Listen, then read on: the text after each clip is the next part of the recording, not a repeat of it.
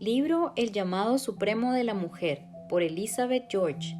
10 maneras de vivir el plan de Dios para tu vida. Capítulo 2. Requisito esencial 1. La piedad. Las ancianas, asimismo, sean reverentes en su porte. Tito 2:3.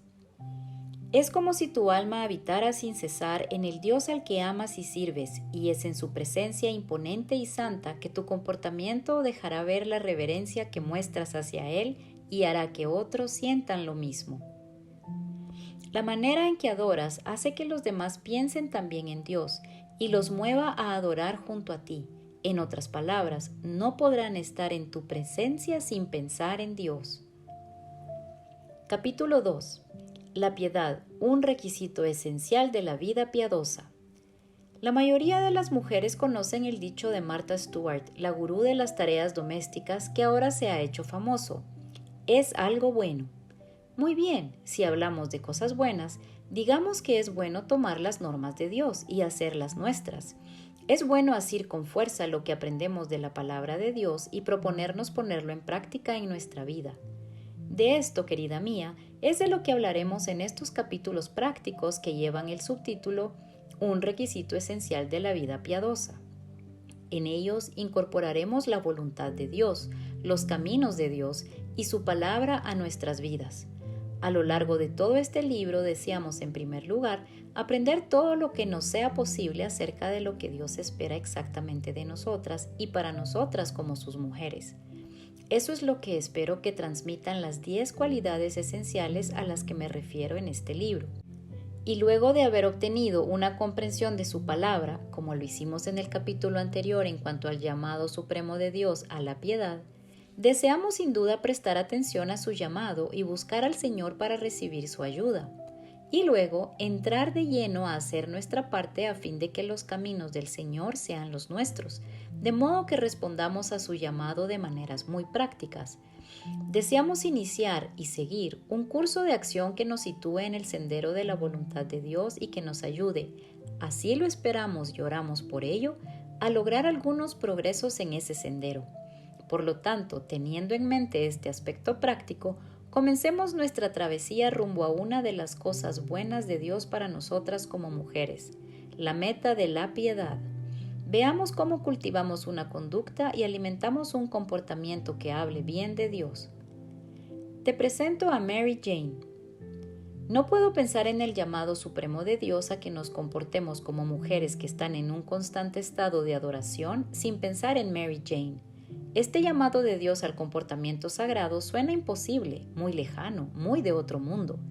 En la sociedad actual, chillona y abstraída en sí misma, es inimaginable, extraño y no está calculado. Admito que tuve mis luchas cuando leí por primera vez estos versículos en la breve carta a Tito. Sin embargo, sé con exactitud lo que significa este llamado a la piedad porque conozco a Mary Jane. Mary Jane es la pianista de mi iglesia y he tenido el privilegio no solo de escucharla tocar el piano durante 27 años, sino también de observar su vida. Verás, el lugar de Mary Jane durante las reuniones de adoración se encuentra en la plataforma. Es una gran plataforma que está muy expuesta, bien en lo alto, frente a miles de adoradores y bajo las luces brillantes, y ahí se sienta Mary Jane. Ese es su lugar. Sin embargo, debo decirte que casi ni me doy cuenta de que está allí, y como pronto verás, esto es un elogio para ella. ¿Por qué? Porque Mary Jane sirve al Señor, no actúa. Tal como lo hacía Ana en Lucas 2, se encuentra ella misma envuelta en la adoración al Señor. Ejecuta su servicio para el Señor y se encuentra en su presencia. Ella lo sabe y de alguna manera nosotros en la congregación también lo sabemos. Como aprendimos en el capítulo anterior, en una de nuestras definiciones de piedad, su comportamiento es sagrado porque su papel es sagrado y su adoración es sagrada. Durante muchos años no le escuché decir una palabra porque no la conocía. Tampoco la vi hacer muchas otras cosas. En 27 años de verla en la plataforma, nunca la he visto saludar, hacer algún gesto, un guiño, ni una mueca a alguien. Nunca la he visto masticar chicle ni bostezar. Nunca la he visto preocupada por su ropa, su cabello ni sus manos. Nunca la he visto vestida de una manera inadecuada o que no sea modesta. Nunca la he visto hacer una entrada grandiosa, aunque sube y baja los escalones de la plataforma todas las semanas. Hasta se traslada del banco de su piano a una silla que tiene cerca y que está en el fondo. Sin embargo, debido a su propio estado y a la solemnidad de la ocasión, es nuestro servicio de adoración, nunca me doy cuenta de sus movimientos. Hasta que un día me presentaron a Mary Jane. Ahora la conozco bastante bien y ¿sabes una cosa? Todo en su vida privada concuerda con la imagen que veo en público. Es una dama, es un poco callada, tiene gracia, se preocupa por los demás, es segura de sí misma de una buena manera en el Señor y en los papeles que Él le ha dado en el hogar, en la iglesia y con los pequeñitos a los que les da clases en la escuela. Por supuesto, es divertida y es divertido estar con ella, pero está envuelta en una silenciosa seriedad, una seriedad ordenada en cuanto a quién es, una hija de Dios, y en cuanto a lo que hace con su vida. Sirve al Señor en todo lo que hace. Siempre le doy gracias a Dios, y en especial los domingos, por Mary Jane. En ella me ha dado una mujer de carne y hueso que me muestra el camino, muchos caminos en realidad, para responder al llamado supremo de Dios a la piedad y para tener un comportamiento que honre al Señor y lo represente bien. Es un ejemplo viviente de la maravillosa descripción y definición de un comportamiento piadoso que vimos en el capítulo anterior.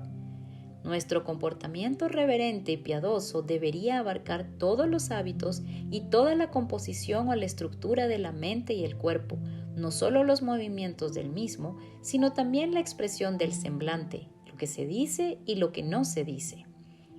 Teniendo en mente este resumen de lo que es la piedad, deseo que examinemos varios de estos elementos. En este capítulo me gustaría mirar con atención a la mente y la boca. Tiene importancia, en realidad es decisiva, pues según piensa un hombre en su corazón, así es él. Proverbios 23:7. El Nuevo Testamento también nos exhorta a pensar en lo que es verdadero, respetable, justo, puro, amable y digno de admiración. Filipenses 4:8. ¿Por qué? Porque aquello en lo que pensamos y con lo que entretenemos nuestra mente, en definitiva se deja ver en nuestro comportamiento. Entonces, ¿cómo damos muestra del comportamiento reverente y piadoso que sugiere Tito 2:3? Hay una respuesta obvia.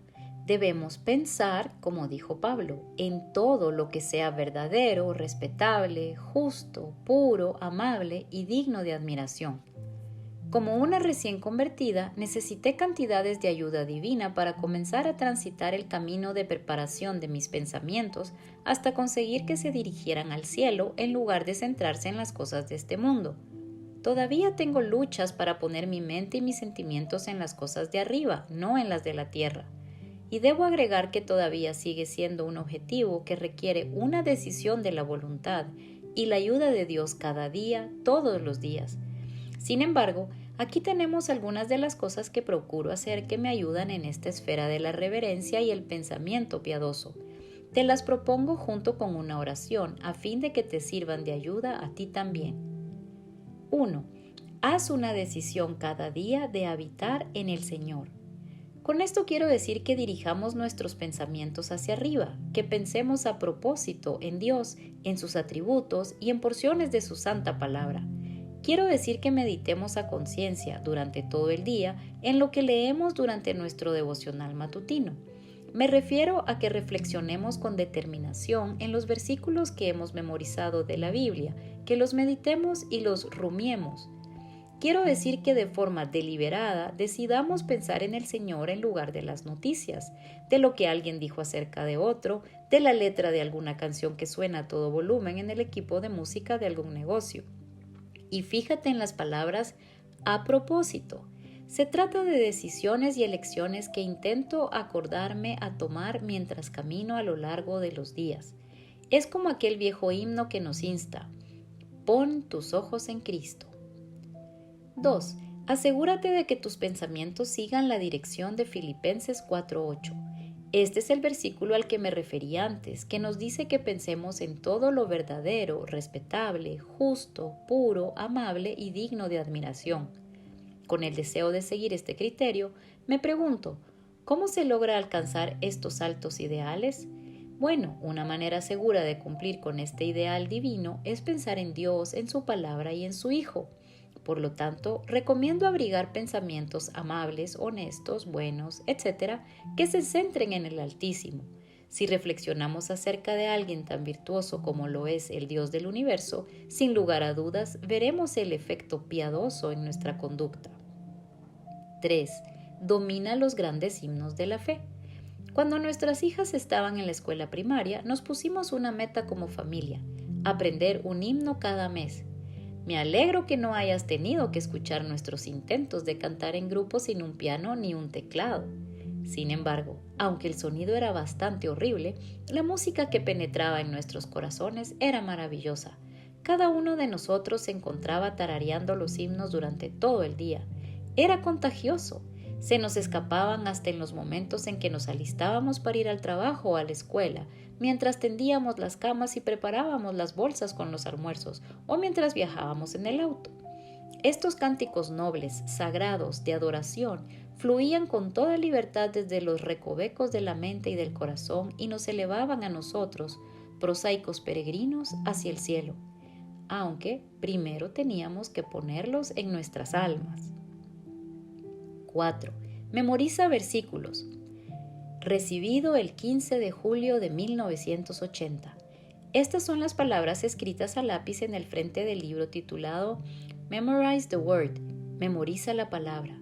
Esa es la fecha en la que el libro llegó a mi casilla de correo. La siguiente entrada que escribí en la guarda de aquel libro dice: comienzo 16 de julio de 1980. Y al fin, más de medio año después, en realidad casi 8 meses después, escribí con lápiz: finalizado el 5 de marzo de 1981. Alabado sea el Señor. Después de todo, ¿para qué me anoté en un curso así? Porque intenté memorizar algunos de los muchos versículos maravillosos de la Biblia que están llenos de verdad y que significan mucho para mí, y no lo había logrado. Sin embargo, con la ayuda del Señor, de este curso bien diseñado del Instituto Bíblico Moody y 8 meses de diligente esfuerzo, al final puse en su lugar dentro de mi vida cristiana la disciplina de memorizar versículos. Me ha cambiado la vida. Ahora puedo echar mano de la reserva de versículos memorizados en cualquier momento y puedo sacarlos de mi corazón con el propósito de disfrutarlos y utilizarlos una y otra vez. La palabra de Dios en nuestros corazones nos ayuda, sin lugar a dudas, a pensar en Él. Y como ya dije antes, cuando pensamos en Él, nuestra conducta siempre se transformará. 5. Dedica ciertos momentos en el día para alabar a Dios. Me encanta la declaración que el salmista le hace a Dios en el Salmo 119-164. 7 veces al día te alabo. La mayoría de los eruditos están de acuerdo en que el escritor no se refería a 7 veces en el sentido literal, sino que al decir 7 veces se refería a que alababa a Dios muchas veces o en forma constante, con todo el entusiasmo y la continuidad que le eran posibles a lo largo de todo el día. Aún así, puedes comenzar haciéndolo 7 veces. Bueno, esto es muy sencillo, ya que puedes alabarlo cuando das las gracias por la comida 3 veces al día, una vez cuando te levantas y otra vez cuando te acuestas. Luego, sin duda encontrarás 2 momentos más en el día que sean apropiados para alabar. Sin embargo, hay algo más. Escuché decir a una oradora que estuvo en nuestra iglesia que se había propuesto pensar en el Señor y alabarle cada vez que pasara por la puerta de la cocina. ¿Cuántas veces al día pasa una mujer por la puerta de su cocina? Ni siquiera me lo imagino. No sé por qué, pero es la habitación más visitada en cualquier casa. Así que trata de contarlas tú misma mañana. Y mejor que contarlas, recuerda algunos hechos maravillosos de tu Dios cada vez que pases por la puerta de tu cocina. Canta alabanzas al Dios que reina, el Dios de toda creación, el Dios de poder, el Dios de amor, el Dios de nuestra salvación. Como dije antes, querida mía, tu mente cuenta. Haz tuya la oración de David. Sean gratos los dichos de mi boca y la meditación de mi corazón delante de ti, oh Jehová. Salmo 19:14. Y hablando de la boca, Dios nos da pautas para su uso. Pautas para la boca. Imagínate que estuvieras frente a una mujer que pensara en Dios y disfrutara de una dulce comunión con Él mientras sus pensamientos ascendían a su trono en oración, que se encontrara sin cesar absorta en alguna porción de la santa palabra de Dios, que tal vez tarareara un himno de alabanza a Dios. Si comenzaras a hablar con ella, ¿qué te parece que saldría de su boca?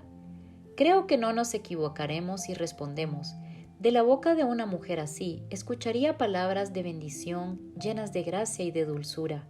De sus labios saldrían palabras tranquilizadoras, sanadoras, de consuelo, o palabras de aliento y esperanza, según sea lo apropiado. Con seguridad, serías testigo de palabras de misericordia, de preocupación y de compasión. Y así descubrirías que es como la mujer de Proverbios 31:26. Cuando habla, lo hace con sabiduría. Cuando instruye, lo hace con amor. La descripción no estaría completa si no añadiéramos adjetivos tales como corteses, respetuosas, honorables. También saldrían de la boca de esta dama palabras que enseñen la piedad, como pronto veremos cuando lleguemos al cuarto requisito esencial del llamado de Dios y su meta para nosotras, que seamos maestras del bien. Y con seguridad lo que comunicaría sería puro y bueno, otras dos palabras que Dios tiene para nosotras y de las cuales también nos ocuparemos en este libro. Enseguida me vienen a la mente varios ejemplos de mujeres así en la Biblia y de lo que expresaban con sus bocas.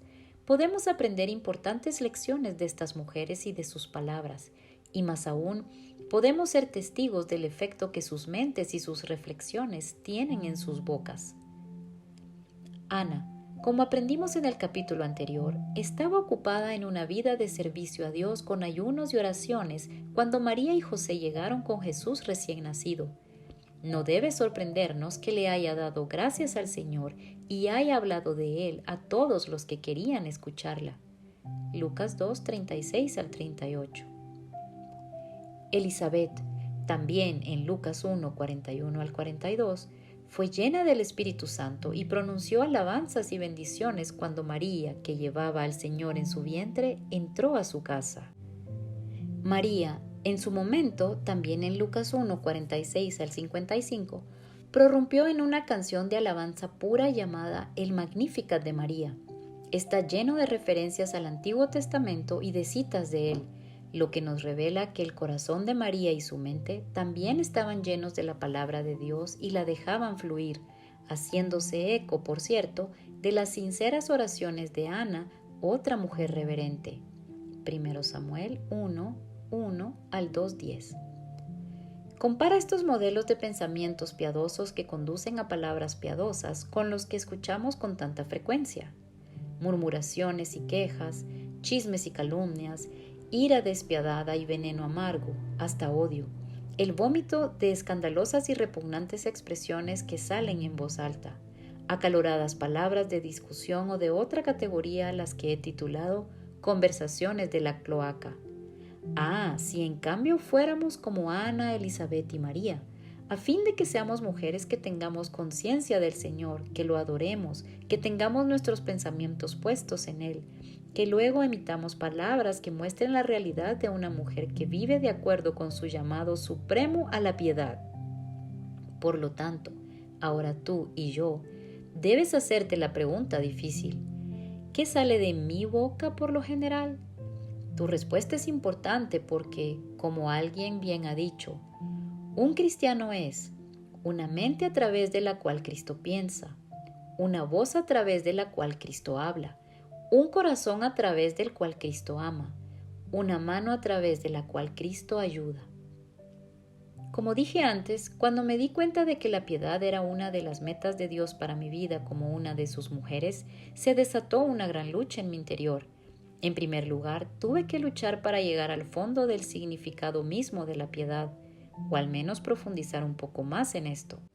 Luego, debido a que cuando conocí a Cristo salí del movimiento de liberación de la mujer, para empezar tuve luchas en cuanto a si esta cualidad me gustaba.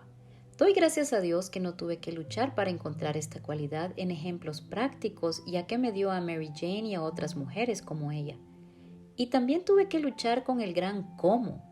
¿Cómo se hace para poner en práctica este requisito esencial del llamado? Bueno, mi querida amiga lectora, además de intentar practicar con regularidad lo que acabo de esbozar con respecto a mi mente, también emprendo la tarea de pedirle a Dios que me ayude con respecto a mi boca, de modo que mi vida y mis labios sean un ejemplo de Cristo. Como dice el dicho, la fe hace cristiana a una mujer, pero su vida prueba que es cristiana. Deseaba ser la clase de mujer cristiana cuya vida reflejara, al menos en alguna medida, la transformación divina que se estaba llevando a cabo en mi interior. Recuerdo bien que abordé el supremo llamado de Dios en cuanto a mi conducta y de manera más concreta en cuanto a mi lenguaje de estas dos maneras específicas. 1. Habla del Señor.